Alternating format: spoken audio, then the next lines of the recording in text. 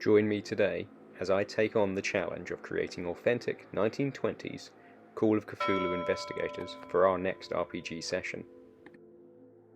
So welcome back, investigators. Today, as I said, we're diving into the mysterious world of Call of Cthulhu RPG, set in the roaring 1920s.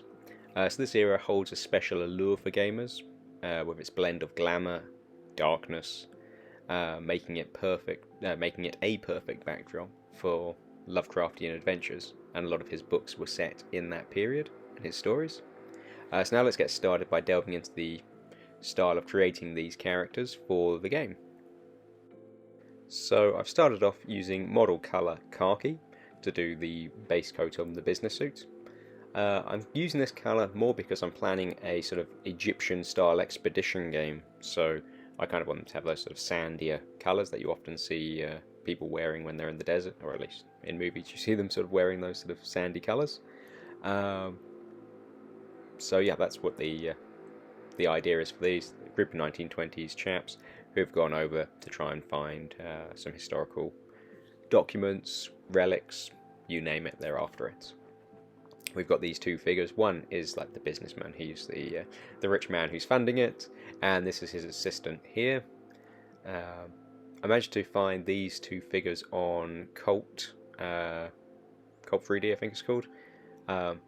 With Call of Cthulhu 1920s, I found there are some figures that you can buy sort of like made out of metal, but for the most part it's much easier if you have a 3D printer to just print them yourself, and then you can print them to the scale that you want. I like them to be a slightly bit smaller than the 28mm, just because it allows a bit more flexibility on the table. So next up I'm doing his shoes using chocolate brown from Model Colour. This is quite a nice deep brown, almost like a mahogany, but not quite. And I've also done his hair with it. And then for his assistant, in a moment, I'll be doing his jacket in the same colour as well. So these guys, they are just kind of going to be used as generic figures, generic people.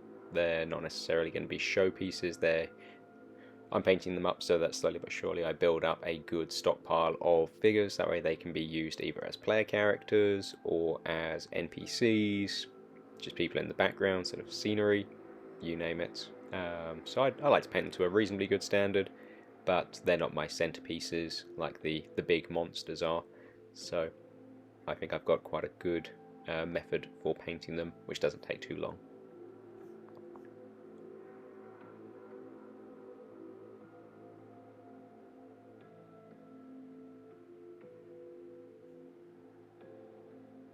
Next up we're just going to do his flesh, and that's with Tamiya Colour Flat Flesh.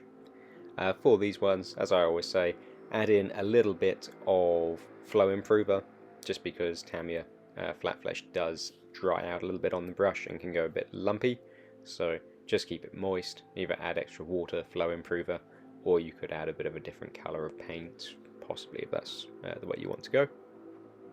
But I find it does do the job quite nicely, and it is quite a rich colour, so apart from the fact that it does dry out a little bit, I haven't really got any issues with the outcome. I think it looks nice.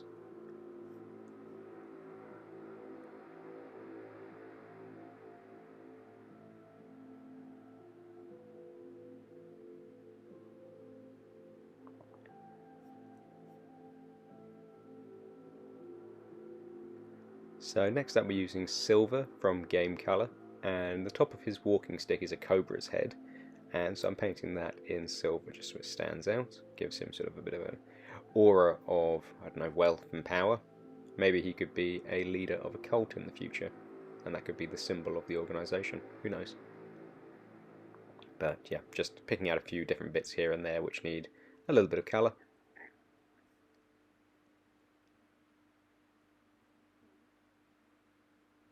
Then there's a few other colours that I did use. Bright bronze for the book cover, which he's carrying, black for the cane staff itself, Russian green for one of the shirts, and System 3 crimson for the businessman's tie. Then I flocked them, and they were ready for the table. What I always do once I finish flocking is I make a mix-up which is about 6 parts water to 1 part PVA, and I spray that over all of the figures and their bases, and that kind of helps just to lock them in and give them a little bit of a protection going forwards. But I think for pretty quick projects, these ones only took about half an hour to do. They came out pretty well, perfect for what I need them for, and yeah, they are now ready to either lead the cults, go against the cults, try and stop the end of the world, you name it. Anyway, I hope that you are as interested in Call of Cthulhu and those sort of games as I am.